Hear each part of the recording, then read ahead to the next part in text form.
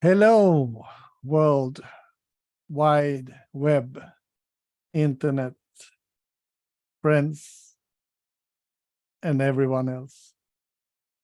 Ivan here with Beyond the Noise, Bortom Bruset, a podcast about innate well-being we are born with, and it's always there. I have a guest today. A man I met almost 10 years ago on the internet in a community called Supermind. Do you remember that, Steph? I do. Stefan Cybichowski. I do, yeah. And what a beautiful pronunciation of my name. I think that's probably the best I've ever had. Beautiful. Okay, thank you. Thank you. Steph has gone through the Super Coach Academy, if I'm right. Yeah, yeah. He's working in England. Yeah. And all over the world, which is possible today with the internet and Zoom. Yeah. It's amazing what's happened during these 3 years of pandemic, actually. Absolutely. Everybody have learned to, almost everybody, have learned to connect through a screen. And this amazing application, Zoom, is just wonderful. It's certainly changed my life. Yeah. Yes. Today we are going to talk about Beyond the Noise, Bortom Bruset. The innate well-being we are born with. And 2 days ago, I heard Michael Neal talking about Sydney Banks' epiphany 50 years ago, when he heard a fellow man on a workshop about relationships. His wife was there with him, and this psychiatrist was there with his wife. And they were telling each other how insecure they were. And that psychologist told Sydney, "You're not insecure, you only think you are." And that's turned the life around for Sid. And it has turned my life around. And it has turned millions of people around these last 50 years. It all started with a feeling, insecurity. And beyond that feeling, we have this innate well-being, always available.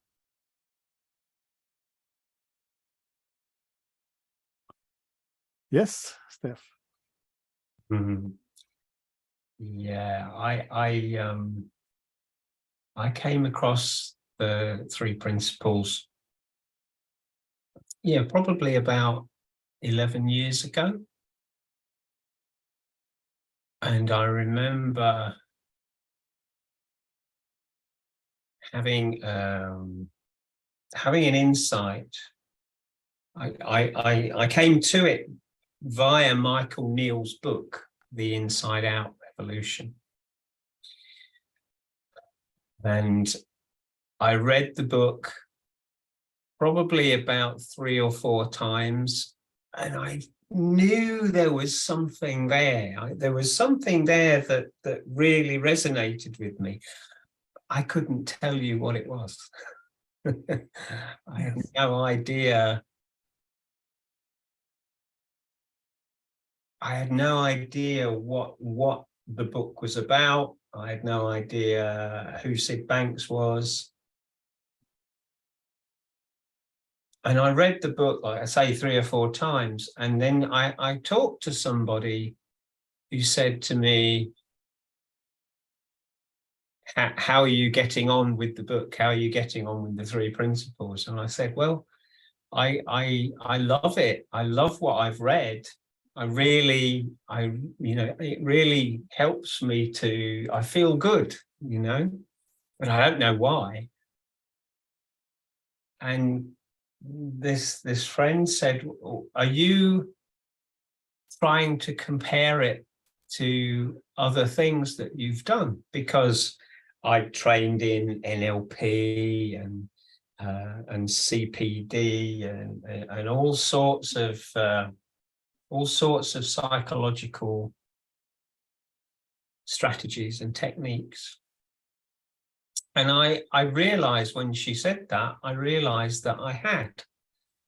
been trying to figure out principles by trying to see what I recognized in other things, totally intellectual, totally with my head. And she said, why don't you just come to it fresh, without beginner's mind, Yes. And I said, okay, I should do that. And everything began to make a lot more sense once I managed to remove myself from the noise in my head.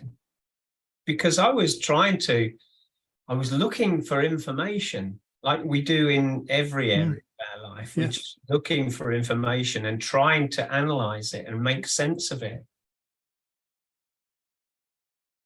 But I realized when I wasn't trying to make sense of it, when I wasn't trying to use what I already knew to make sense of it, then I touched a different space. My mind got quieter. I recognize this now, but I didn't actually know that was happening at the time. And when my mind got quieter, I went beyond the noise. Yes. And then in that deeper part of us, that deeper dimension of who we are, the words were fresh and new, and I began to see things in the book, even though I'd read it so many times, that I hadn't seen before. Things were landing with me that I just hadn't recognized. Yes. So I began to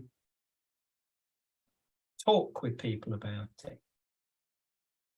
And I began talking with Michael Neal, who wrote the book.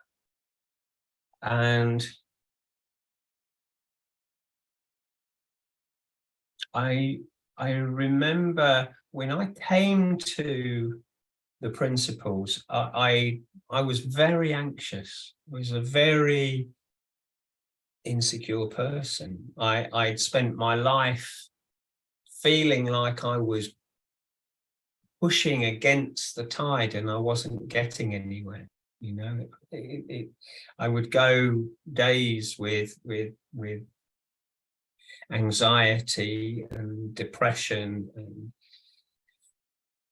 and I remember at one point, some years before, I actually went to a therapist, and I said, I think I have low self-esteem, or and I feel very lacking in confidence. And this therapist said, well, let me see. So low confidence, you know, that's probably about 6 months worth of therapy there. But low self-esteem, oh, I can't tell you how long it's going to take to fix that, you know. Yeah. And so when I came across the principles, I remember having a moment of insight where I saw for a moment, I saw that the idea that I had of me having low self-esteem, you know, me having that feeling of not being good enough for most of my life, I got to see that might just possibly be a thought. I got to see that it really wasn't who I was. You know, I thought that I was a person who had low self-esteem and was not worthy, not good enough. And when I began to see, like Sid saw his insight about insecurity, I mean, I didn't see it on the level that he saw it, nowhere near. But I just had a moment where I began to question where my beliefs about my low self-esteem were coming from. And I tell you, Ivan, in that moment, it felt like the biggest weight in the world had been lifted off my shoulders. You know, I used to believe that I couldn't, you know, I couldn't apply for that job because I wouldn't be good enough. I couldn't go to that party because there were so many people there and I was afraid of people. I couldn't ask that girl out, you know, because I wouldn't be good enough for her. All of a sudden, that feeling just kind of lifted. And I began to see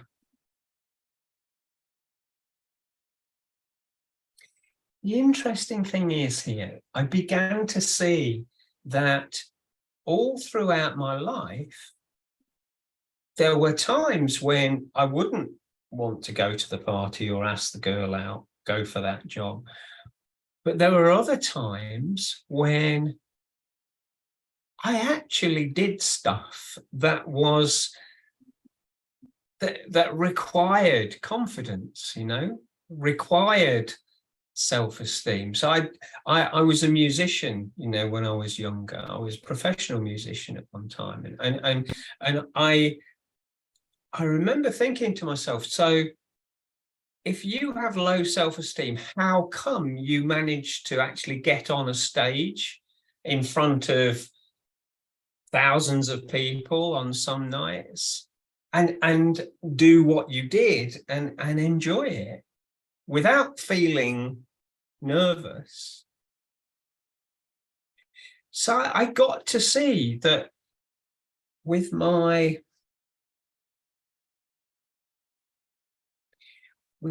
low self-esteem thinking, my belief that that was who I was, I only ever saw the times when I was feeling a lack of confidence and not good enough. I didn't see the times when I was. My idea of myself wouldn't allow me to acknowledge that, you know, I can sometimes be quite confident. That was a really interesting thing for me, because I got to see that we have a bias when we look out into the world, and we have a belief about ourselves, when we have a conditioning, either self-conditioning or life conditioning, we only see what we think and what we believe. So that was my first insight, was I'm not lacking in confidence. Sometimes I am, sometimes I'm not. I'm not I am good enough. And that was huge for me. That insight alone kind of changed my life.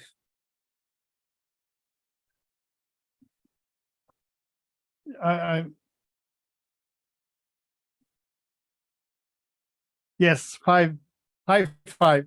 I've been there. I wasn't a musician, I was in sales. Yeah. And I remember in school, the worst things to do was to stand up in front of the class and present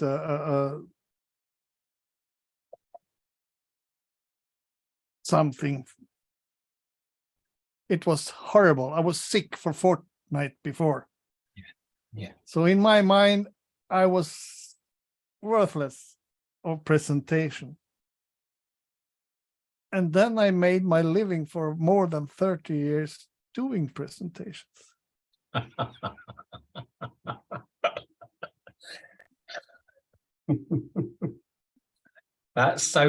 was all from 1 to 50. Yeah. Doing presentations I was working in IT, so it was a rather high tech. Yeah. But I enjoyed it. I loved it. And what is the difference? To me, it became obvious I was seeing through the illusions I made by my own thinking. Yeah. It was an illusion, everything. And when I saw through it, it vanished. Yeah. And that's the same for every one of us, because we have the same internal operating system in all of us. We are functioning the same way.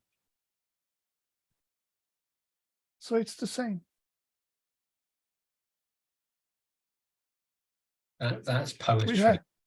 Yeah. Yes, it is. And I get goosebumps from your sharing. It's I recognize it. It's you told my story. Yeah. And I think that the mind, the intellect, the ego, or whatever we want to call it, will never tell us that we're good enough. Exactly. Because it's trying to keep us safe, Yes. It's trying its best to make sure that we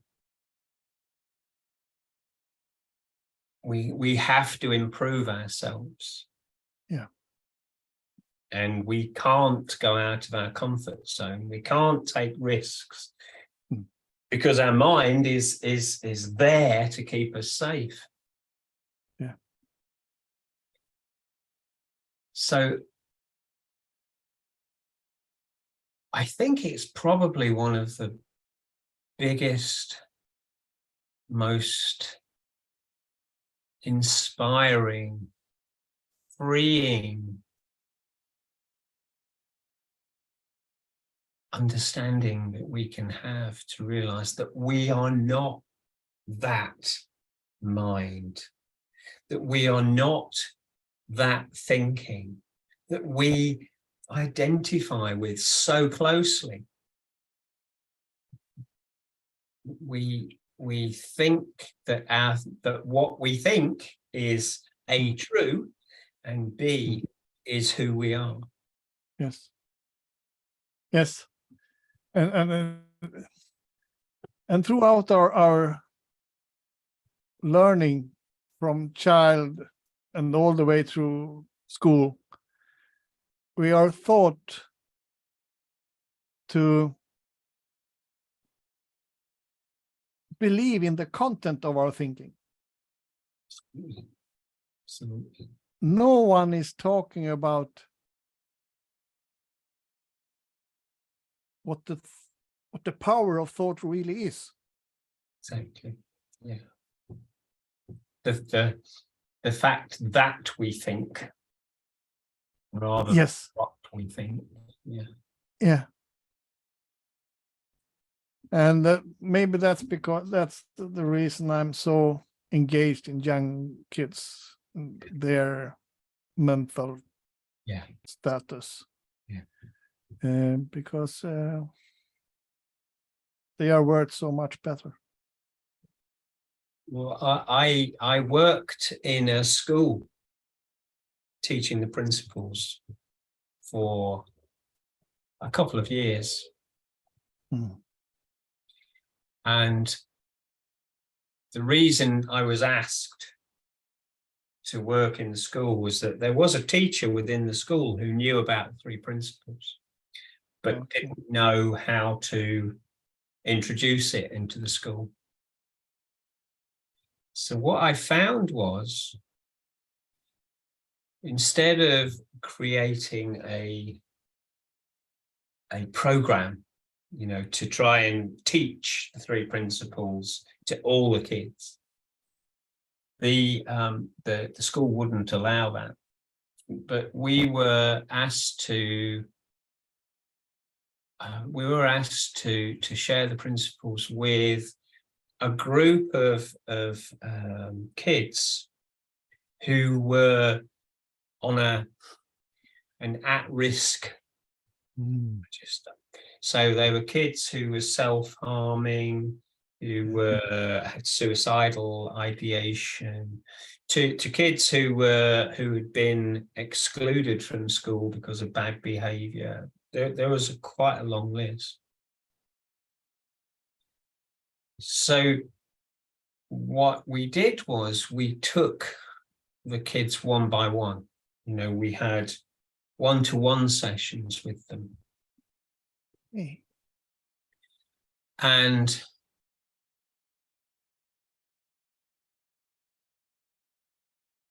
I'm kind of feeling quite emotional thinking about it. When those kids began to see that they weren't what they thought about themselves. They weren't the self-criticism and the self-torture, and they weren't what other people said about them.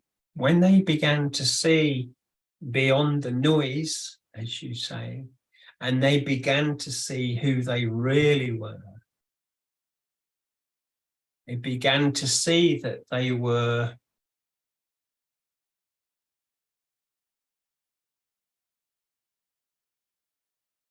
an expression of life, an expression of the divine. It was like they'd suddenly been allowed out of jail.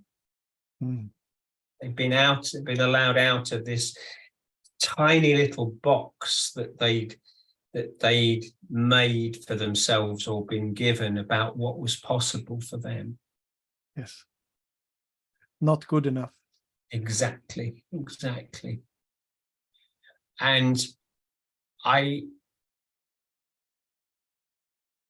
it was so beautiful to see how these kids who kind of had been dismissed for bad behavior and who had been harming themselves, how quickly they turned round, how quickly they returned to school, how quickly they began to make friends and enjoy life. We had one instance where we began doing a little class for the kids at lunchtime, and it started off with maybe 3 or 4 kids that we were been coaching, and then they began to tell their friends about it, and before we knew it, we had 30 kids giving up their lunch hour to have this conversation. All, and you know, the kids we were coaching were telling their friends what they were learning and what they were seeing, and there was such a beautiful ripple of understanding that went out through all these kids. And they began teaching the new kids in the school. You know, they began having conversations, and they would do drawings and things based around the principle. There is just something so magical about when people get to see the source, the essence of who they are, as opposed to what we've all been conditioned to believe. Oh, it's so beautiful stuff. So beautiful. And now I know what the title of this podcast is going to be. You said it some minutes ago, and it is Experiencing Life. Yeah. Beyond the noise, experiencing life. Beautiful. That sounds really good to me. And we passed 20 minutes. Oh dear. Up to 30. Yes. I've talked too much again. No, it's beautiful. We have to do a part 2. Must please. Yes, let's do that. Let's do that. So much love. So much. Thank you for coming. It's been beautiful. Bless you, my friend. Thank you. Yes, you too.